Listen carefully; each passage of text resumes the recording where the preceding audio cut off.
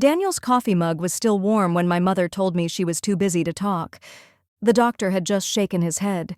My husband's watch was still ticking on the tray beside his body. I stood in the fluorescent hallway of Bellevue General, holding Isla's school folder in one hand and Daniel's wedding ring in the other. If you've ever lost someone and realized that the people who raised you couldn't even show up for your grief, please stay with me. Subscribe to Revenge with Seren, because this story is more than sorrow. It's what came after. "We're in the middle of Isla's birthday dinner, Camille," my mom said. "Can this wait until morning?" I couldn't answer right away. I just stared at the wall, as if I could find a reason there, something to explain how a mother could say that to her daughter. I remember sliding down to the floor, feeling the cold tiles through my skirt, wondering if I was still alive or just somewhere in the in-between. My father never even picked up the phone. Daniel wasn't just my husband, he was my home. We met at a community economic summit when I was still finishing graduate school. He noticed my hands were shaking as I took notes and passed me a small cup of water without saying a word. He always noticed the small things. We married at 24. People told us we were too young, that we should explore more of the world before settling down. But Daniel was the world I wanted to explore. He made spreadsheets for our camping trips, packed snacks in color-coded Ziplocs, and always left a sticky note under my tea mug in the morning. We had 8 good years, some hard ones too, 3 miscarriages, 1 terrifying hospital night when Isla had a fever that wouldn't break. But through it all, Daniel stayed soft, kind, solid. That's what made the silence after his death feel so loud. He collapsed during a lunch meeting. Amanda, his assistant, called me from the ambulance, her voice trembling. "They're taking him to Bellevue General now," she said. "It didn't look good. Camille, I'm so sorry." I dropped my coffee. It exploded across the tile floor like glass breaking underwater. I don't remember grabbing my keys, but I must have. The next thing I knew, I was speeding up the I-90, whispering to no one, just "please" over and over again. But when I arrived, they'd already stopped trying. Daniel was pronounced dead at 1:13 p.m., massive cardiac arrest. They said it was instant. That's supposed to be a mercy. They led me into a side room where Daniel lay, still wearing his button-down shirt and watch. I touched his face. It was warm. That made it worse. Warm skin lies. It makes you hope. I waited for him to open his eyes, to gasp and say he forgot his heart pills or that this had all been a mistake. But he never moved. And neither did I, for a long time. I didn't tell Isla right away. I know some people will say that's wrong, but I needed one more night where her world hadn't caved in. I tucked her into bed like always. She asked where Daddy was. "He had a long meeting," I lied. "He'll be home late." She fell asleep holding his hoodie. Then I walked into the bathroom, turned on the fan so she wouldn't hear, and collapsed onto the cold tile floor. My whole body was trembling. I needed someone to call, not for advice, just for presence. So I called my mom, again. She picked up on the 5th ring. "Camille, what is it now?" she said, exasperated. "We're exhausted. It's been a long day." "He's gone, Mom," I whispered. "Daniel's gone. He had a heart attack. He died at lunch today." There was a pause, then a rustle. I heard her cover the phone to whisper to someone, probably my sister. When she came back on, her voice was flat. "Well, that's awful. But you understand, right? We have guests. Isla's 40th is important. Maybe we can come by tomorrow when things calm down." I stared at the phone as if it had said something monstrous. And maybe it had. The next morning, Isla came into the kitchen, rubbing her eyes. "Did Daddy leave early for work?" I sat her down, took her hand. "No, baby," I said. "Daddy's heart got very sick yesterday." She frowned. "But he said he'd come to my art show." I choked. "He won't be able to. The doctors, they couldn't help him." "Is he coming home later?" I shook my head, and then she screamed. It was not a child's scream. It was something ancient. It tore out of her like it came from the bones. She clawed at my shirt, crying, "No, no, I want Daddy. Please bring him back, bring him back." There are no parenting books for that moment, no rule book for telling your daughter she'll never see her father again. All I could do was hold her and cry with her, for the life we had, for the family I thought I could count on, for the silence that now filled every room of our home. Have you ever needed someone only to realize you were completely alone in that moment? Tell me in the comments, because maybe, just maybe, you're not the only one. The days after Daniel died felt like someone had pressed mute on the world, but left all the alarms running in the background. There were lists, logistics, quiet decisions I had no business making with a fractured heart. Casket or cremation, open service or closed, whether Isla should attend. Every question felt like a test I hadn't studied for. Every decision cut like it required anesthesia no one could give me. I didn't eat much. I didn't sleep right. I only remember brushing Isla's hair one morning and noticing she hadn't asked for Daniel in nearly 2 days. That silence scared me more than any scream could have. 3 days after the hospital, the phone rang again. This time, my parents. Not to comfort, not to check in, just to declare. "We've decided to attend the service," my mother said, like she was RSPVing to a networking event.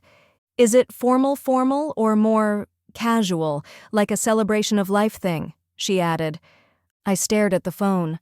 Her tone, light, distant, stung more than if she'd simply said nothing. It didn't feel like grief. It felt like a performance being rehearsed. That's when I realized this wasn't just mourning anymore. This was the beginning of a funeral family drama, and sympathy was now being measured by outfit coordination and arrival times. The funeral was set for Saturday morning, 11 a.m. sharp. Daniel liked mornings. He always said the most honest decisions happen before noon. Isla chose her own outfit, a soft blue dress with tiny stitched stars. "Daddy liked this one," she whispered. I braided her hair just like Daniel used to, crooked and gentle.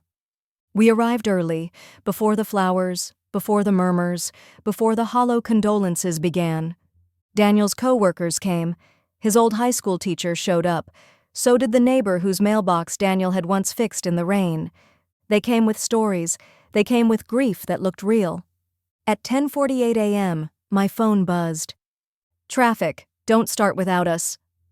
12 minutes later, the doors creaked open. My mother's heels announced her arrival before her voice ever did. My father kept his gaze lowered, as if the carpet held answers. My sister Isla, always dressed like an Instagram story, wore sunglasses inside and clutched her clutch like a shield. They slid into the front row, the seats I'd reserved, hoping back then that they'd actually come on time. They sat like they were waiting for a keynote speaker, not to bury a son-in-law.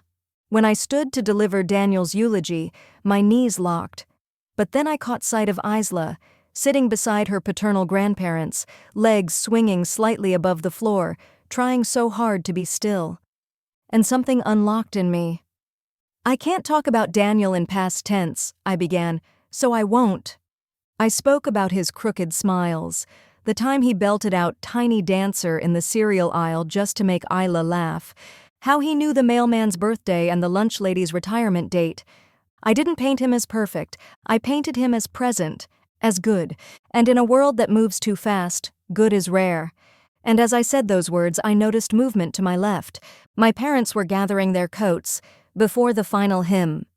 My sister leaned in and whispered something, smirking. My mother was already adjusting her sleeve like she had somewhere more important to be. It wasn't just painful, it was precise. They didn't even try to stay through the end. Back at the house, people moved gently. Neighbors refilled glasses. Daniel's dad fixed a door hinge. Diana, his mother, hovered near Isla with quiet grace, helping her stack sympathy cards and puzzle out the handwriting. My parents? They sat in the corner like guests at a gala they hadn't wanted to attend. Not once did they ask if Isla had eaten. Not once did they touch my shoulder or ask, "How are you holding up?" They were present, but they were nowhere near with us. Near the drink table, I overheard my father speaking to Uncle James. Daniel must have had a solid policy. Camille should be fine. No concern, no emotion, just a casual financial forecast, as if the only legacy that mattered was monetary. I turned away before my face gave me away. That night, Isla curled beside me and whispered, "Why didn't Grandma talk to me?" I brushed her hair away from her cheek. "I think maybe she didn't know how." She paused, then said, "Daddy always knew how." "Yes, sweetheart, he always did, and the rest of them didn't even try." It was 13 days after Daniel's funeral when they rang my doorbell. I was sitting at the kitchen table surrounded by unopened mail, trying to make sense of our insurance coverage with a notepad I hadn't touched. Isla had just returned to school. Her teacher had called earlier to say she cried during math but smiled during art, something I took as progress. When I looked through the peephole and saw my parents standing on the porch, I wasn't shocked. I just stared.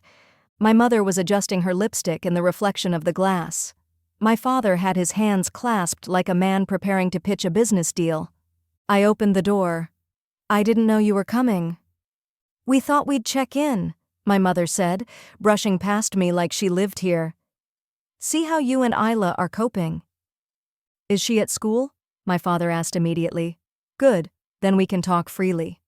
That should have been my warning, but grief dulls the part of you that expects betrayal, even when it has the same voice it always did.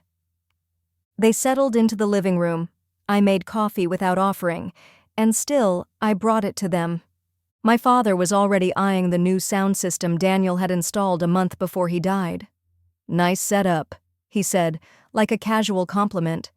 Daniel always had an eye for quality.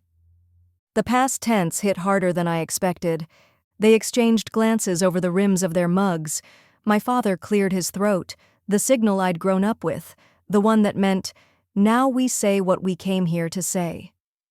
"Camille," he began, "your mother and I wanted to speak with you about your situation."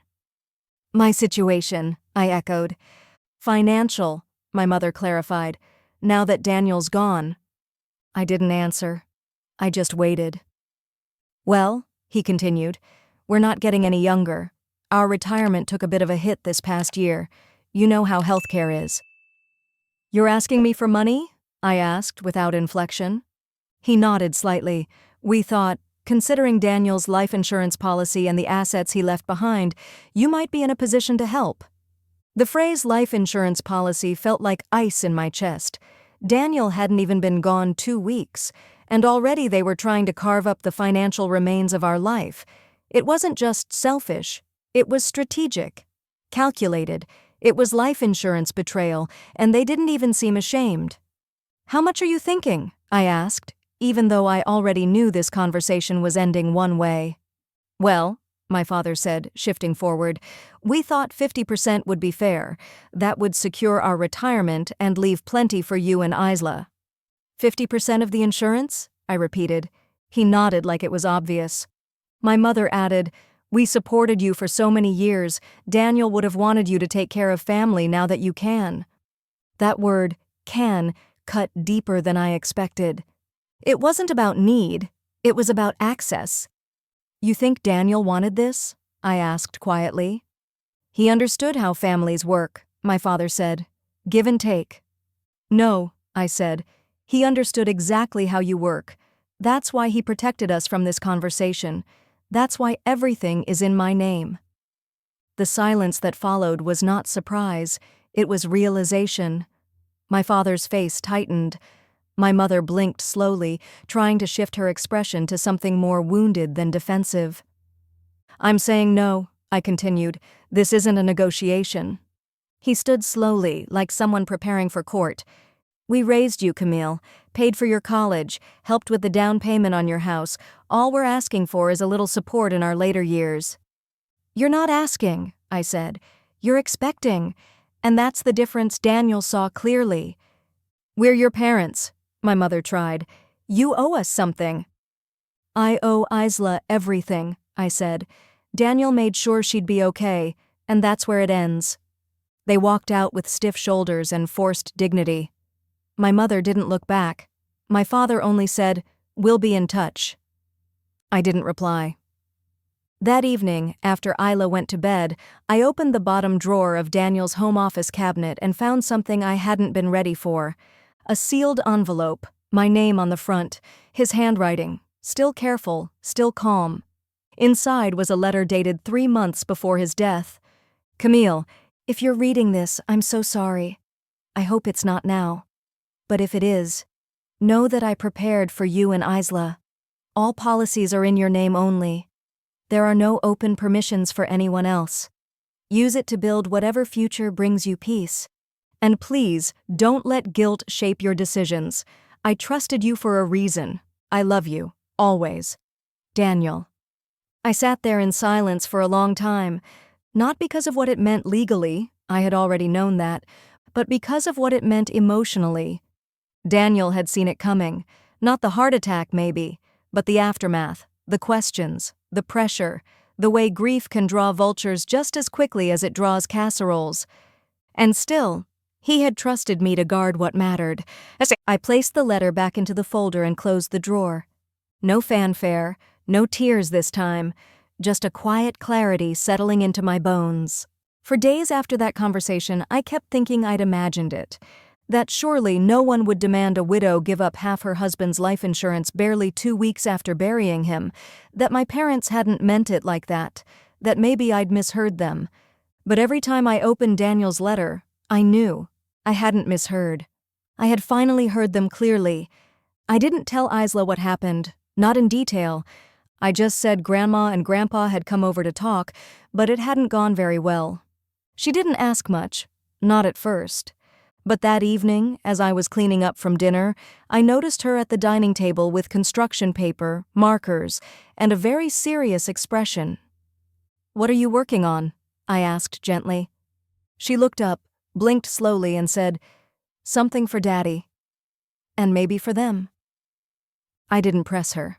Isla had always processed emotion through drawings and words. Even before she could write full sentences, she'd label stick figures with things like safe, mean, gone, still here. I let her work in silence. The next day, I called Daniel's friend Thomas, the estate attorney. He'd been the one to help us draft the wills and set up Isla's trust. When I explained what had happened, he wasn't surprised. "I've seen it more times than I care to count," he said. "But you're covered. Everything Daniel did was airtight. The trust can't be touched, not by them, not by anyone." I nodded. "Still, I'd like you to be aware, just in case." "Already noted," he said. "And Camille, if they try anything legal, you call me, immediately." 2 days later, my parents texted, "We need to meet again, at our house, this Sunday, 2 p.m. It concerns the whole family. Bring Isla." The phrasing wasn't a request, it was a summons. I didn't reply right away. I wanted to shield Isla from the tension, but then she saw the message flash across my phone screen and quietly said, "We should go." "You sure?" I asked. She nodded. "I have something to give them." There was a strange steadiness in her tone, soft but rooted. I hadn't seen that look on her face since the hospital. It reminded me of Daniel the night we signed the trust documents. Calm, protective, ready. Sunday came with gray clouds and damp sidewalks. We drove in silence. Isla held a manila envelope on her lap the entire time. I didn't ask what was inside. She didn't offer. When we arrived, I saw the driveway was full. My aunt, uncle, even a cousin I hadn't seen in 3 years, all present. My parents had called an audience. I felt Isla slip her hand into mine as we walked toward the door. "I'm okay," she whispered, "but stay near." "Always," I said. They were waiting in the living room like a panel. My father stood as we entered. My mother gestured toward the couch, as if we were late to a presentation. "We asked everyone to come," she said, "because this concerns the future of our family." I remained standing. Isla stayed close to my side. "This isn't going to be what you think it is," I said quietly. "I think it is," my father replied. "We've spent years supporting you, and we've always believed in balance. That's all we're asking for." "You're asking for money," I corrected. "You came into money," my sister Isla snapped. "Daniel didn't leave it for you to hoard. He would have wanted it shared." "Daniel left it for me and his daughter," I said evenly. "He made that decision clearly, legally, and morally." There it was again, that posture, that language.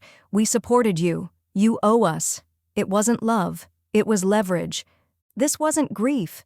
It was family manipulation, dressed in legacy talk and half-true memories. And what was about to happen next would become the exposure none of them saw coming. Isla stepped forward. Her fingers clutched the envelope tightly. "I made something," she said, "for Grandpa and Grandma." There was an awkward silence. My mother started to reach for her, but Isla held back. "Number, I want to read it." She pulled out a single page. On it, in careful block letters and marker sketches, she had drawn something that looked like an invoice. At the top it read, "Bill for being a real family." Below that were rows with columns labeled, "What we needed" and "What you gave." "Being there when Daddy died" 0. "Helping Mommy when she cried every night" 0. "Calling me to check if I was okay" 0. "Coming to my school or giving me hugs" 0. "Asking for money after Daddy died" 1. At the bottom, in her smallest writing, she had added, "Love and help, priceless, but not given. Total owed, nothing." She handed it to my father. No one spoke. Not my mother, not my aunt, not my cousin. Just the sound of Isla's shoes tapping softly against the hardwood as she walked back to me. I knelt beside her and held her hand. My father's lips parted like he might object. But then, strangely, he didn't. Not one of them said a word, and that silence, finally, felt earned. My parents didn't say a word as Isla and I walked out of their house that day. The rest of the family just watched, stunned into silence by the smallest person in the room. No one followed us to the door. No one called after us. Even my mother, who usually tried to clean things up with vague platitudes, "We're still family," or "Let's not let this ruin everything," just sat there, the invoice still in her hands, her expression unreadable. That was the last time we saw them for a while. Back home, Isla didn't talk much. She sat on the couch with a blanket over her lap, watching the rain slide down the living room windows. At one point, she looked over at me and said, "I feel tired in my heart." I understood exactly what she meant. I didn't try to fix it, I just pulled her close and sat with her in the quiet. The following morning, I forwarded a brief summary of the family meeting to Thomas, Daniel's attorney. He called back right away. "Camille," he said gently, "you've done everything right. You don't need to engage further unless they take legal action, which they won't. They have no standing, no access, no rights." "Still," I said, "I want everything documented, in case this turns into something uglier." "I've got you covered," he said. "And Camille, I've seen a lot of families do this. But your daughter? That was something else. You should be proud." "I am," I whispered, and heartbroken that she even had to. 2 days later, Marcus called. He had been back in Japan, teaching his spring semester at the university. But I hadn't told him everything. Not yet. When I finally did, his response was immediate. "I'm coming back, as soon as my lectures are covered. Camille, this is outrageous." "I know," I said, "but it's done now." "No," he replied, "it's not. You shouldn't have had to face this alone, and neither should Isla." By the end of the week, Marcus had booked a one-way flight. When he walked through the front door of our home, Isla ran straight into his arms. He lifted her like she was still 6 years old and twirled her gently before setting her down. "You okay, kiddo?" he asked. She nodded. "I'm better now." He turned to me then, his expression softening. "And you?" I didn't answer. I just hugged him longer than I meant to. That night, over dinner, I told Marcus about Daniel's letter, about the trust, about the invoice, about how quickly the dynamic had shifted. "It's not just grief anymore," I said. "It's an inheritance power shift, one I didn't plan for, but one I'm standing in now whether I like it or not." Marcus nodded slowly. "They were never going to stop seeing you as an extension of Daniel, not a person with her own rights. That's what this is about." "They want control," I said. "And they lost it the second Daniel put it in writing," he replied. We sat in silence for a few minutes. Then Marcus pulled out a small folder from his bag. "I've been thinking about this since the funeral," he said. "Daniel always talked about financial literacy and family legacy. I want to set something up in his name, a foundation, small at first, but something real, for Isla and other kids like her. I blinked. You want to do that now? He nodded. You're already carrying so much.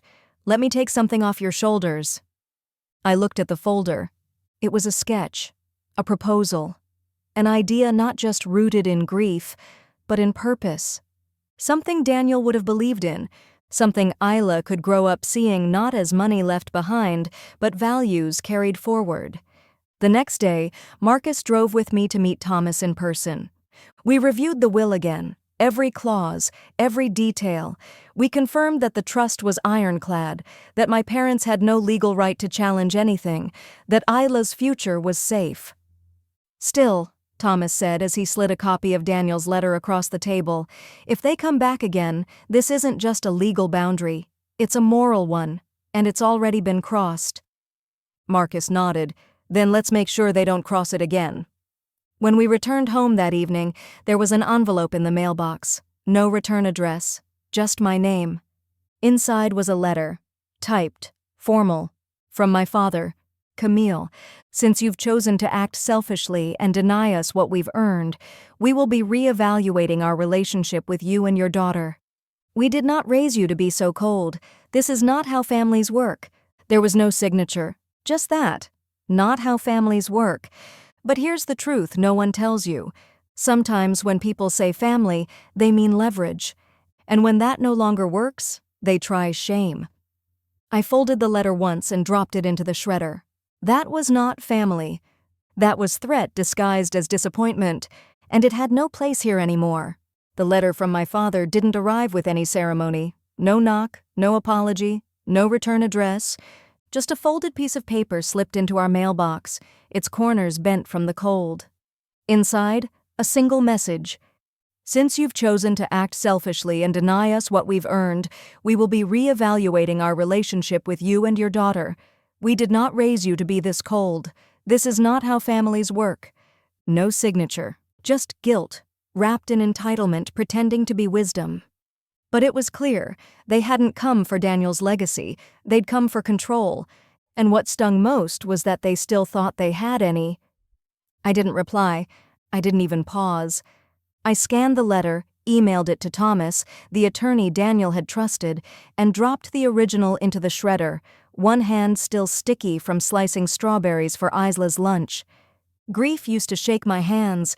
Now it just moved through me like a tide I'd already learned to swim. Marcus was staying in Daniel's old office.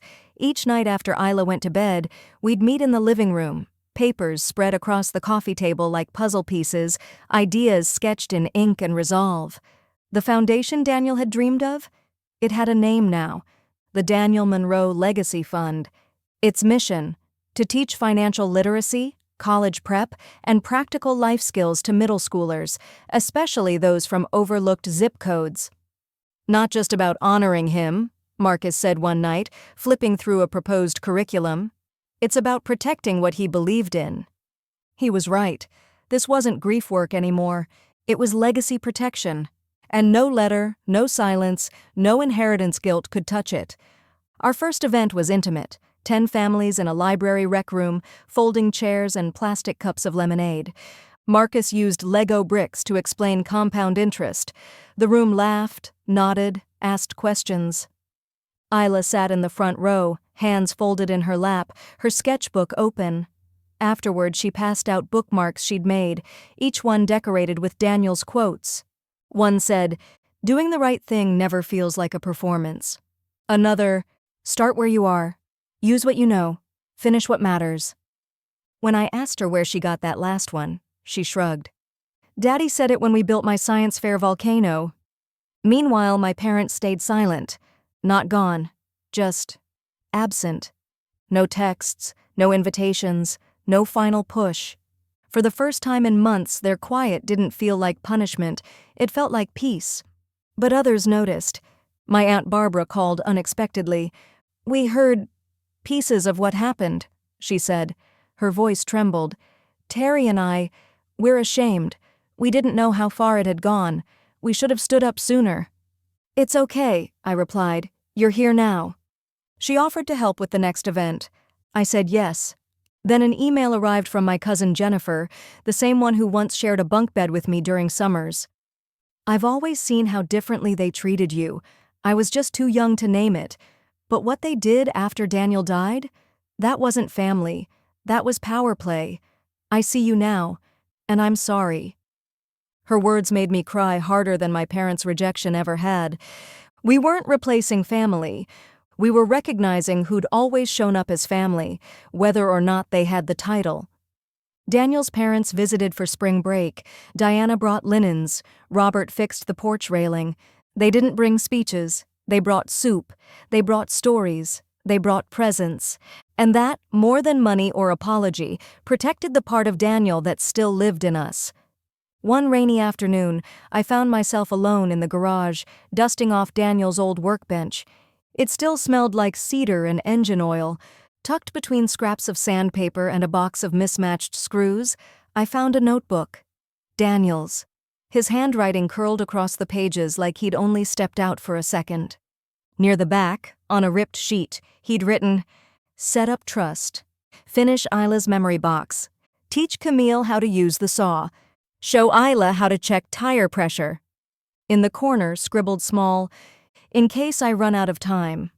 That night, I slipped the note into a folder beside the foundation papers, not to archive it, to anchor it. Daniel didn't build things to be seen.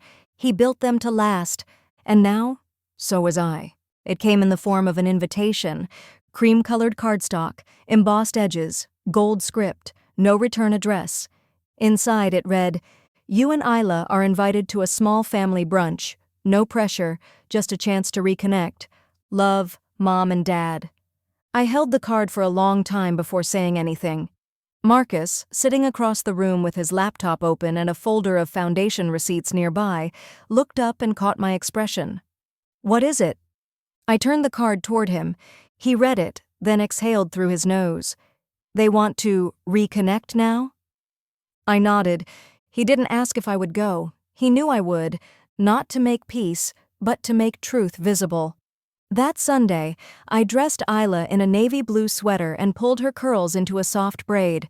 She sat still, watching me in the mirror. "Will it be like last time?" she asked quietly. I paused. "No, sweetheart. This time you won't have to say a word. I'll do the talking." We arrived at the restaurant at exactly 11:02, a small bistro downtown, the kind with exposed brick and a single flower at each table. My parents were already seated.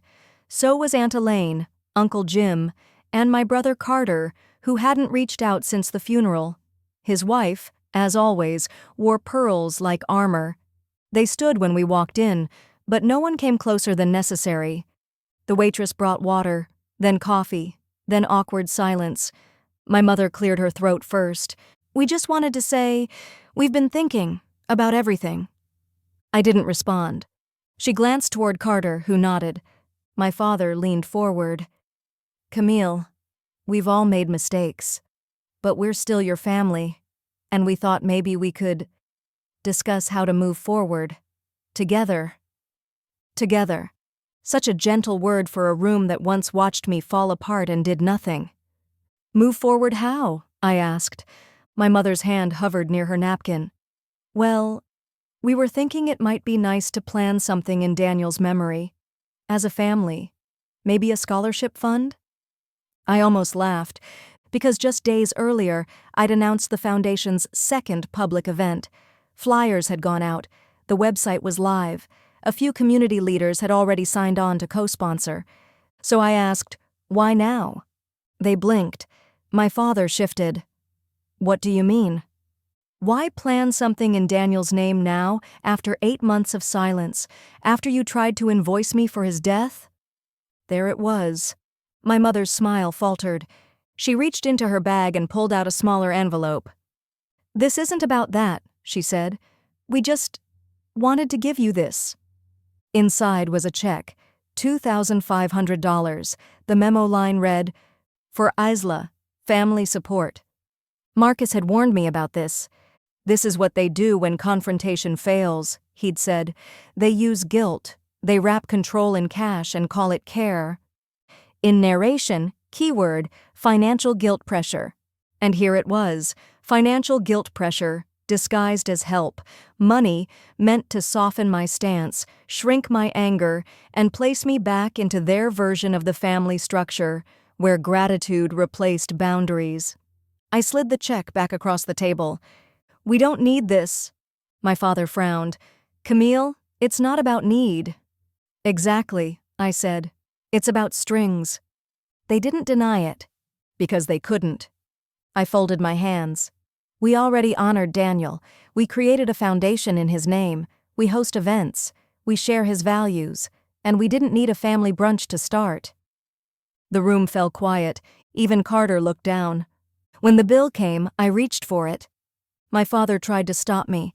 I looked him in the eye and said, "No. Let me pay. That way, there's no confusion about what I owe you." Then I stood, took Isla's hand, and left. Outside, the sun had softened. Isla squeezed my fingers and asked, "Are we okay now?" I knelt beside her and smiled. "We always were. I never sent out a press release. The foundation wasn't built for publicity. It was built for Isla, for Daniel, for the kind of future we once whispered about in the dark, when bills were tight and hope was louder than circumstance. But good work, real work, has a way of being seen." A journalist from the local NPR affiliate had attended one of our financial literacy sessions. Quiet woman, no recorder, just a small notebook, a soft presence, and a look in her eye that told me she'd been on the other side of financial fragility before. 2 weeks later, the segment aired. It began with Isla's voice. "He always said money was a tool, not a trophy." Then Marcus explaining the workshop goals. Then me, reading the mission statement. And then the headline, "Grieving Widow Honors Late Husband by Teaching Kids What Schools Don't." I thought it might go unnoticed, just a 2-minute local clip. I was wrong. That morning my phone buzzed nonstop. Old co-workers, Daniel's college professor, a librarian from the Bronx who remembered him from childhood. A woman named Clarice messaged me on Facebook. I watched the segment and cried. "I lost my husband last year too. I don't know how you stood up and made something new out of the rubble, but I needed to see it could be done. Thank you." There were others. One mom offered to volunteer. A retired CPA asked if we needed budgeting templates. A group of teenagers from a high school civic club fundraised $180 to support the dream. It was beautiful. It was overwhelming. And it was also the moment I knew the silence from my parents would not last. By noon, my brother Carter called. He didn't ask how I was. He didn't mention Isla. He didn't even say he'd seen the news. Just this. "Mom said you're trying to make the family look bad on the radio now." I let the words sit in the air. "No," I replied. "I said nothing about the family. I spoke about Daniel, and what matters." He huffed. "You didn't have to mention his name at all. People remember the funeral. They're putting the pieces together." There it was. It wasn't the public legacy reveal itself that bothered them. It was the fear of looking like bystanders in the story they once tried to control. Later that week, I received a thin manila envelope addressed to Camille Monroe, Executive Director. Inside was a typed letter from a cousin I hadn't seen in years. "Camille, I watched the segment 3 times. I kept thinking about how Daniel used to draw those silly graphs on napkins at Thanksgiving. You took something awful and made it sacred. I'm sorry I wasn't more present when he passed, but I'd like to help now, quietly. Enclosed is a small check. Use it where it matters. No credit needed, just gratitude for showing us how to begin again. Aaron." Enclosed was a $1,200 donation. No memo line, no signature request. Just trust.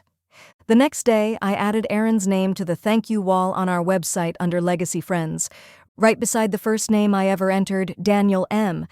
And that's when I remembered a conversation we'd had 2 years before. We were sitting on the porch, watching Isla bike in uneven loops down the street. He said, "If anything ever happens to me, don't let the story end at a headstone." I laughed at the time, teased him for being dramatic, but he wasn't talking about death.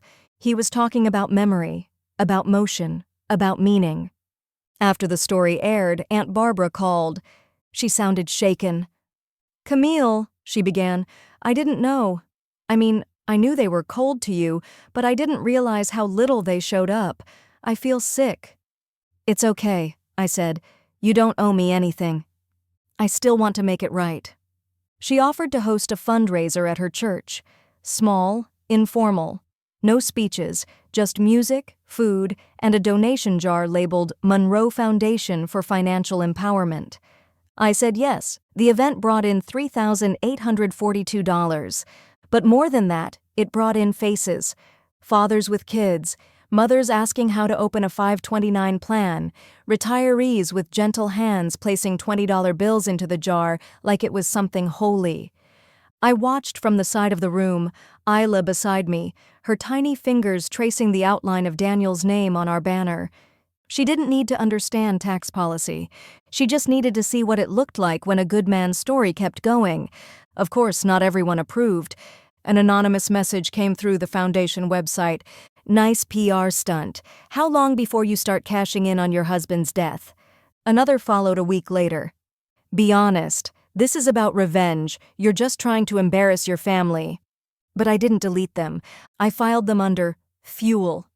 Because if telling the truth made someone uncomfortable, maybe it was time they sat with that. One morning, Marcus knocked on my door with an envelope in hand. It was from a regional grant program. They'd seen the NPR segment. They were offering us a $10,000 starter grant to expand the curriculum. He smiled. "You did it, Camille." I shook my head. "We did it. Daniel started it. Isla carries it. You helped build it. I just held the pieces together long enough to give it legs." That night, I stayed up late updating the website. I added a new section called Stories from the Field and included anonymous testimonials from parents and teens. Each one was short, each one was honest, and together they formed a quilt of quiet proof that we were not alone. That legacy was not about having a name on a building, but having an idea that lived beyond your absence. The envelope arrived in a thick, cream-colored folder embossed with the family crest. No signature, just a note. "You'll know what to do." Inside was a letter from my brother Julian, the new CEO of Langston Corp., alongside a proposal for a 7-figure community partnership, disguised as a grant for the foundation I started in Daniel's name. It looked generous, even noble. But the fine print revealed everything: joint branding, pre-approval for media appearances, and a clause that allowed Langston Corp. To veto recipients if they didn't align with corporate image. In other words, they wanted to use Daniel's death and my grief for PR. I did not scream. I did not call Julian. I folded the letter, slid it back in its envelope, and wrote one word on the flap: returned. Then I mailed it back without a stamp. 3 days later, his assistant called.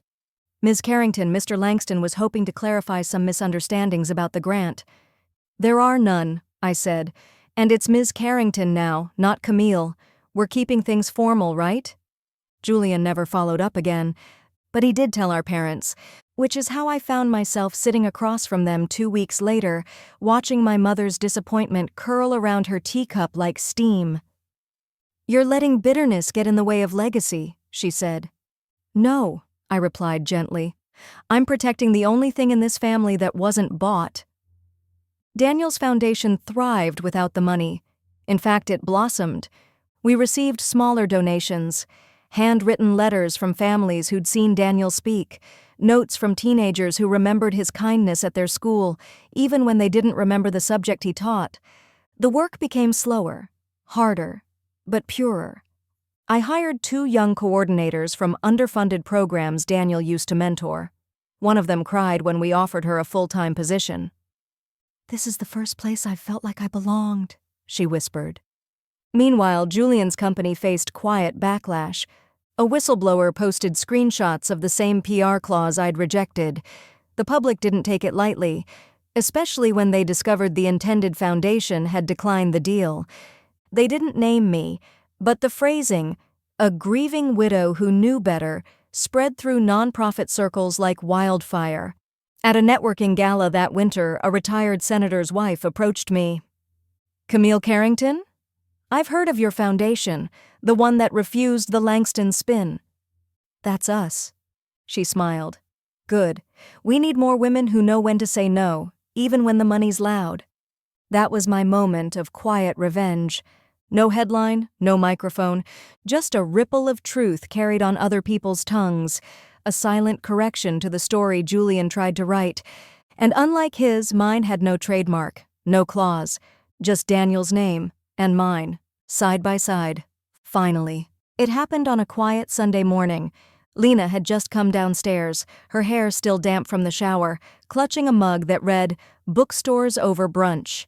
She curled up beside me on the worn velvet couch, knees tucked under a blanket Daniel once used on cold nights. We said nothing for a while. The silence was not heavy, just full. The way silence is when people are finally allowed to breathe. Then, without looking up, she said, "Mom, I think I want to start over." I turned to her, brushing a strand of hair behind her ear. With what? With us. It wasn't about rebuilding what had been lost. It was about learning who we were now. Lena had grown quieter since the funeral, more observant, but there was an anchor in her gaze now, something steadier.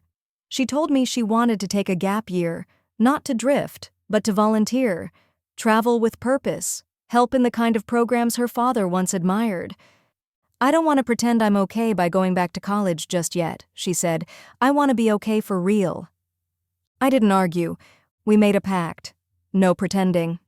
In the months that followed, we redecorated the house room by room, not to erase Daniel, but to soften the grief.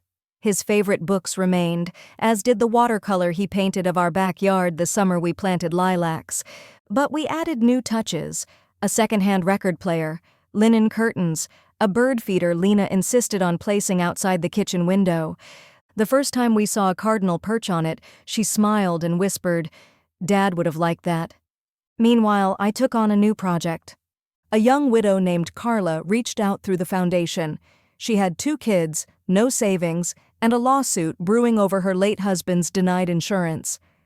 "I don't need money," she said, "just someone who's been through it." So we met at a diner off the highway. She brought a notebook full of questions.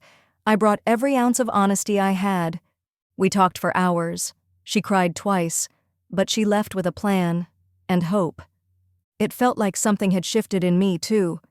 By spring, the garden bloomed again. The lilacs Daniel planted came back stronger than before, taller and fuller. Lena hosted a gathering in the backyard for the foundation's newest volunteers. I stood by the grill, watching her move between guests, laughing easily, shoulders no longer hunched. Julian wasn't mentioned, neither was the grant, nor my parents, who had finally stopped sending invitations to reconcile. It wasn't that I hated them, I simply no longer needed them to complete the story. Closure didn't arrive as a grand finale, it came in slices, shared meals, replanted seeds, laughter that returned on its own terms. Sometimes it came as stillness. One night I sat on the porch while Lena slept upstairs. I sipped tea, listened to crickets, held Daniel's old sweater in my lap, and I realized this was peace, not the absence of pain, but the presence of purpose. Daniel once told me, "When people forget who you are, remind them quietly, by being exactly that." I finally understood what he meant. I had been erased from a family business I helped build. I had been offered silence in place of support. But I did not crumble. I did not scream. I remembered myself, and I rebuilt without apology. So when the time came to rename the foundation, we did not choose Langston. We chose Carrington and Light. Carrington for the name I reclaimed, and Light for what Daniel left behind. The name made people pause, but when they heard the story, they nodded. Because sometimes survival is not loud. It is not fury or flame. It is choosing to stay kind in a room that once called you invisible. It is building something that doesn't require their permission. It was Lena's idea to rename the foundation. We were cleaning out the attic, boxes of tax folders, college acceptance letters, old furniture we no longer had the space or need for, when she found the brass plate from Daniel's old desk. The plate still read, D. Whitaker, Vision and Risk Department. He had loved that job once, believed in what it could become. Lena ran her fingers across the lettering and said softly, "We should put your name on something, Mom. Something real." I looked at her, unsure what she meant. Daniel got plaques. Dad got obituaries and write-ups. But you held us together and just disappeared into the background. I think it's time you had your own wall. The board of the foundation met quarterly in a quiet co-working space downtown. I was technically the founder, but never the face. That changed when Lena came to the spring meeting with a proposal printed in navy cardstock, designed with soft gold lettering. She called it the Caldwell Initiative. "Not just for Dad," she said to the room, "but for the one who stayed." There was a silence, and then a man I barely knew, a younger volunteer who helped with grant tracking, said, "It's long overdue." The vote was unanimous. I didn't speak for a full minute. I just sat there, stunned, as Lena slid the card toward me like a gift. The dedication ceremony was small, understated, just as I would have wanted. We held it at the garden, where the lilacs now stood proud and full around the stone bench Daniel once carved initials into. A simple sign was unveiled near the gate. The Caldwell Initiative for Women in Transition. It wasn't revenge, it wasn't even reparation, it was recognition. One of the guests that day was Carla. She brought her children, 2 shy-eyed kids who ran straight for the lemonade table.